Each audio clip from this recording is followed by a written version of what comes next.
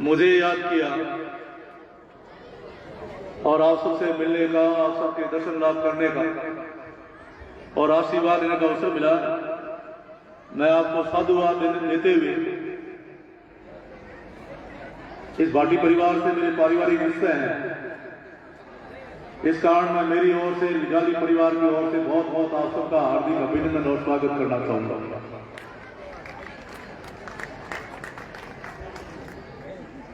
जिन पर देव रमन ने आवे,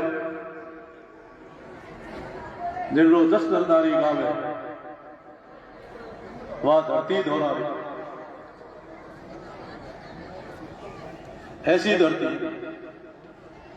जिस पर देव रमन आते हैं, देव गमन करते हैं, और जिस धरती की वीरांगना माताओं ने ऐसे जाबाजों को जन्म दिया, जब पूरा देश होता है तो कि यहाँ के जाबाज सीना तान कर सड़कों पर खड़े होते हैं और देश की रक्षा करते करते शहादत देने में भी पीछे नहीं हटते। इसलिए कहा गया, शेर पड़ना शेर गढ़ आखे भारत एक, निपटी जावे जान रण गाई। आज मैं अपने आप को बहुत गौरवान्वित महसूस कर रहा हूं। मैं सौभाग्यशाली हूं कि आज मैं इस कार्यक्रम में नहीं आता तो मेरी इन प्रतिभाओं को निखारने का मुझे अवसर नहीं मिलता। आज मैं गौरवान्वित महसूस इस बात के लिए हूं कि 1999 में संत शिरोमणि दाता हरिओम बाप जी की कृपा से, उनकी प्रेरणा से, जब देशू में आदर्श विद्या मंदिर नाम का एक बीज बोया गया था, उसका मैं साक्षी हूं। और वो बीज फलित हुआ। उसको आदरणीय मोती सिंह जी ने और ओम सिंह जी ने पानी पिलाकर पाला पोसा बड़ा किया, और वही बीज आज इतना बड़ा वोटवर्स बन गया कि राष्ट्रीय स्तर पर इस विद्यालय का नाम हो गया। गर्व मुझे तब हुआ जब 5000 खिलाड़ी राष्ट्रीय स्तर का खेल इस विद्यालय में हुआ और सभी देशों के खिलाड़ी हमारे इस क्षेत्र में, इस विद्यालय में खेलने के लिए आए और हमारे विद्यालय का नाम रोशन हुआ। आज मैं कह सकता हूं, कभी समय था तब हमारे क्षेत्र को कहा जाता था कि शेरगढ़ जाओगे तो काले पानी की सजा होगी, लेकिन ओम सिंह जी ने वो कर दिखाया। कहते हैं कि जिस धरती ने हमको जन्म दिया वो हमारी माता है, भारत माता है। उसने हमको पाला पोसा बड़ा किया। उस धरती के लिए हम कुछ कर जाएं, उसका कर्ज चुकाएं, ये हमारा फर्ज है।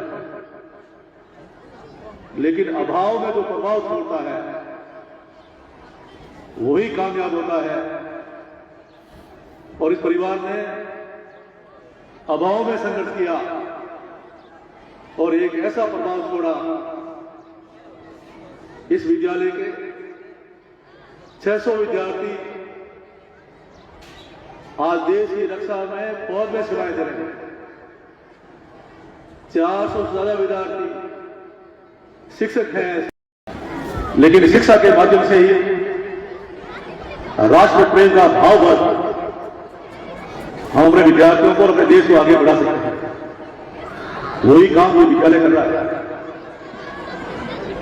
बहुत ही 20-25 बच्चों से जिनकी शुरुआत हुई, आज विद्यालय जैसा नाम है आदर्श, वैसा ही काम इस विद्यालय का होता है। आम जन को, अभिभावकों को इस विद्यालय में भरोसा है कि मैं मेरे बच्चे को कोरे कागज की भांति भेजूंगा। कोरे कागज की तरह भेजा, उस पर तस्वीर बनाने का, उस पर चरित्र और संस्कार निर्माण का किसी ने काम किया तो आदर्श विद्यालय ने ओम सिंह जी और इनकी पूरी टीम ने किया। इसलिए ताली बजाकर अपने परिवार का स्वागत करना चाहता हूं। इनका अभिनंदन करना चाहते हैं। वास्तव में जो नौनिहाल प्यारे बच्चे मेरे सामने बैठे हैं, कल्पनाओं का संसार में भरा हुआ, अनंत संभावनाएं हैं। उन संभावनाओं को आगे बढ़ाने का काम विद्यालय कर रहा है। हमारे देश के प्रधानमंत्री आदरणीय नरेंद्र मोदी जी का सपना है कि 2047 को तक हम देश की 100वीं आजादी बनाएंगे, तो हमारा देश विश्व गुरु बनेगा, हमारा देश विकसित देश होगा। आज उसके परिणाम आने शुरू हो गए। पूरा विश्व जिस देश को हीन भावना से देखता था, आज विश्व के सभी देश हमें सम्मान की दृष्टि से देखते हैं। आपने महसूस किया होगा जब यूक्रेन और रूस की लड़ाई चल रही थी, युद्ध चल रहा था, वहां पर करीबन 25,600 हिंदुस्तानी बच्चे पढ़ रहे थे। अभिभावकों को चिंता थी, भयंकर युद्ध हो रहा है, हमारे बच्चों का क्या होगा। यहाँ के अभिभावकों में डांटने में रो रो के बुरे हाल थे, लेकिन हमारे देश के प्रधानमंत्री जी ने 2 शब्दों में रूस को और यूक्रेन को चेतावनी दी कि मेरे बच्चे सकुशल हिंदुस्तान लौटने चाहिए। तब तिरंगा ऑपरेशन हुआ और कहा कि जो तिरंगा लेकर निकलेगा उनको रोका नहीं जाएगा, किसी प्रकार का युद्ध विराम हो जाएगा और वो सकुशल लौटेंगे। ये थी तिरंगे की अहमियत। और हमारा विद्यार्थी जब तिरंगा लेकर निकला, भारत माता का तिरंगा, तो दूसरी देशों के विद्यार्थी भी तिरंगे के आड़ में अपने देश को सकुशल लौटे। ये है हमारे देश की खासियत। आज हमारे देश का परचम आज पूरे विश्व में फैल रहा है। हिंदुस्तान के जो विश्व के सबसे 20 बड़े देश हैं,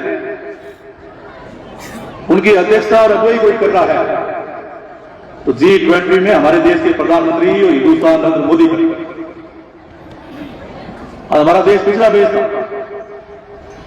विश्व की अर्थव्यवस्था वाले देशों में 5वीं सबसे बड़ी अर्थव्यवस्था वाला देश अगर कोई है तो हिंदुस्तान बन गया। ये सब देखने को मिल रहा है। यही नहीं, जो हमारे पूर्वजों ने 500 वर्षों तक लड़ाई लड़ी, लाखों लोग बलिदान हुए, और सबका सपना था हमारे मर्यादा पुरुषोत्तम हमारे आराध्य देव भगवान श्री राम का जहां जन्म हुआ, वहां मंदिर बने और रामलला वहां विराजमान हो जाए। वो संघर्ष हम सब लोगों ने देखा। अयोध्या में जब विवादित बाबरी ढांचा गिराया गया था तो उसका साक्षी था। 1 महीने हम वहां रहे थे। उस दिन जब गिराया गया तो हमने सोचा कि यार मंदिर कब बनेगा, लेकिन देखते ही देखते सही समय आया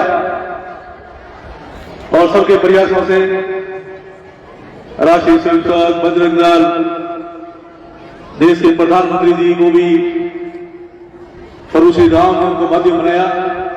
और मोदी जी कहते हैं जहां मैं शिलान्यास करता हूं उद्घाटन मैं ही करता हूं। उन्होंने जाकर वहां शिलान्यास किया और वो सही समय आया 22 जनवरी को, जब पूरे हिंदुस्तान राममय हो गया, भाव विभोर हो गया और प्रत्येक सनातनी खुश था। सब लोगों ने 22 जनवरी को दूसरी दिवाली बनाई, दिए जलाए, मिठाई बांटी। और हमारे श्री